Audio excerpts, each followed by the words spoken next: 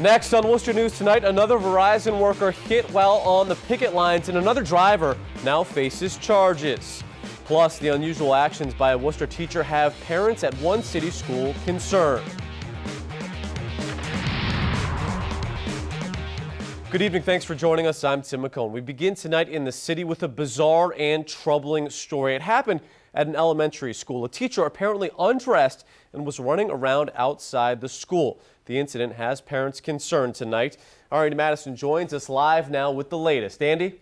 Well, good evening, Tim. The incident happened earlier today toward the end of the school day. School officials aren't releasing the name of the teacher involved and are investigating whether or not any students were injured. Now, here's what we know. School safety liaison Robert Pizzella says the teacher started acting erratic and was running around outside the school and even into oncoming traffic. The school went into full lockdown at the time while school officials and Worcester police tried to contain the suspect and take him into custody. Pizzella says the teacher did make contact with some students. One parent tells us they heard it was the school's gym teacher who was running around outside, and at one point he had his clothes off. Pizzella says police caught up to the suspect and he was in the neighborhood and he was taken for a mental health evaluation. Again, this was all happening close to 2 o'clock when parents were at school. I wonder if the kids saw him, if they were upset. I mean, my son said that he was fine.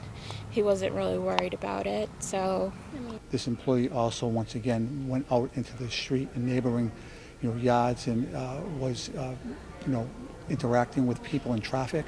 And a parent had come across this employee and called the police as well. When he did get apprehended, he was in one of the yards, causing grave concern for everybody that was affected. Now, the name of the school, it was Rice Square School where the incident happened. No charges have been filed yet. Police tell us the teacher was taken for a mental health evaluation. Again, the incident is under investigation and the school will provide additional resources for parents tomorrow. Tim, I'll send it back to you. Thanks for that update, Andy. Another Verizon worker hit while on the picket lines in Boylston. This is the second in just the last month. Another replacement driver is now facing charges. Our Olivia Lemon has the details. For the second time in a week, a striking Verizon worker is hit by a replacement worker's truck. These replacement workers that the company is bringing in have no regard for the public or anything. Strikers say the replacement worker was picking up stock in Boylston. They say he ran over Anthony Davenport while pulling out of the driveway.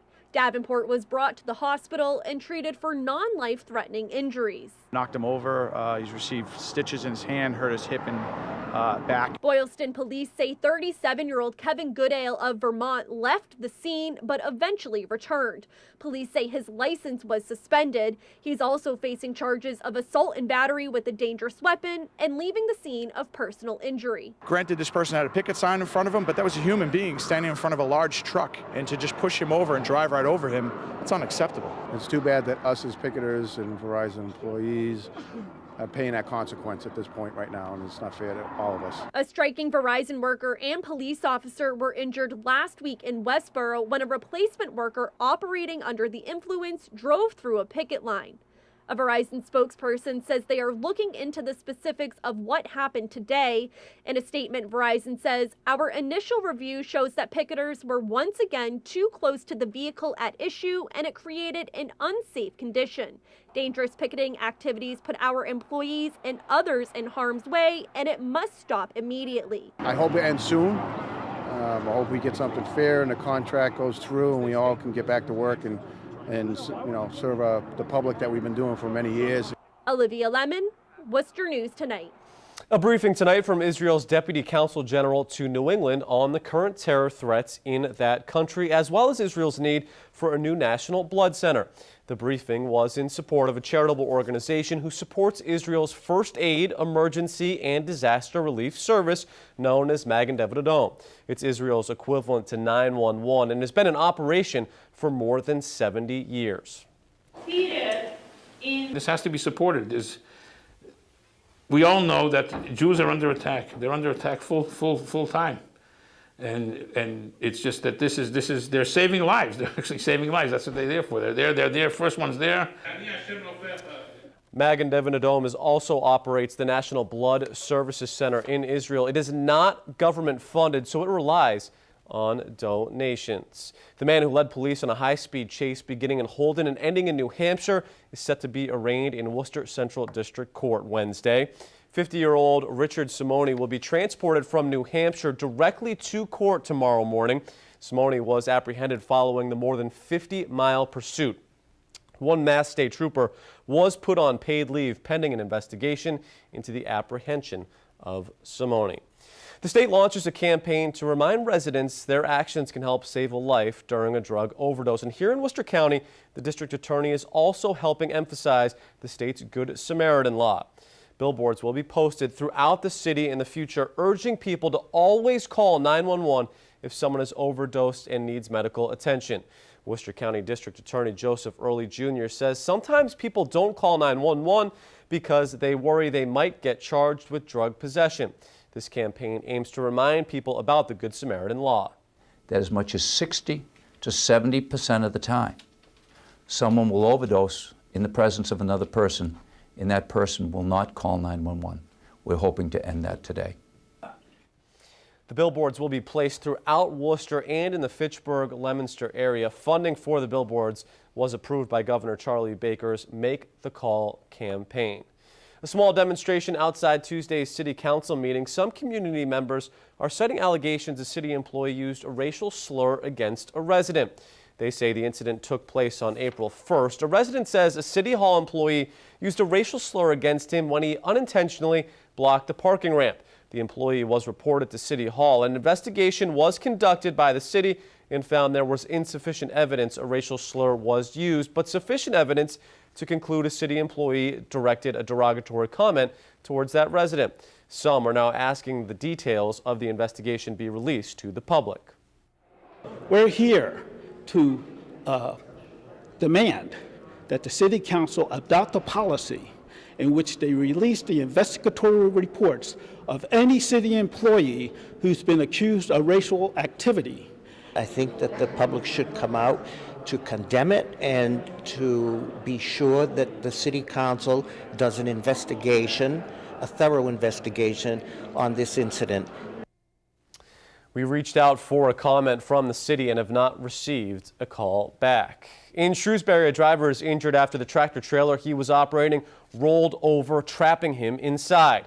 The accident happened at Worcester Sand and Gravel on Holden Street shortly after 10 Tuesday morning.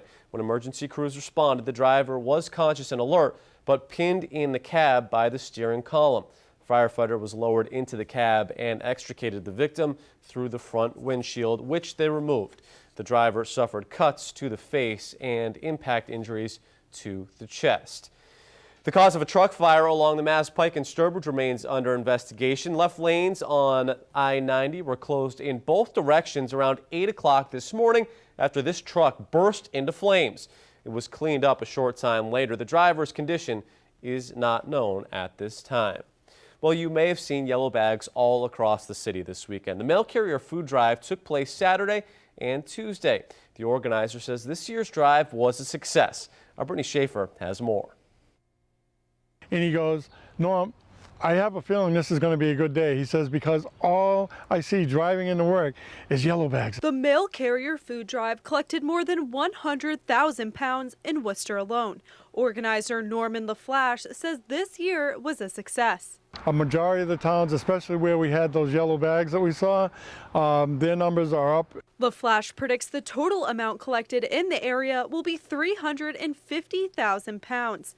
The Worcester County Food Bank received 28,000 pounds of overflow food local pantries couldn't take. The sort of sea of yellow bags was really exciting to come into yesterday morning. Food pantries that we're talking to, they're all very happy with the amount of food that we got them. The Worcester County Food Bank feeds more than 100,000 families a year, so donations are always important. Those people are struggling with hunger throughout the year and sort of a chronic need at this point.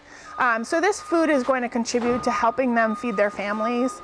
The food bank's Naomi LeBlanc says this is their largest food drive of the year, and every little donation will help. When everybody just does a little action, like putting that yellow bag out for your postal worker, it makes a great difference.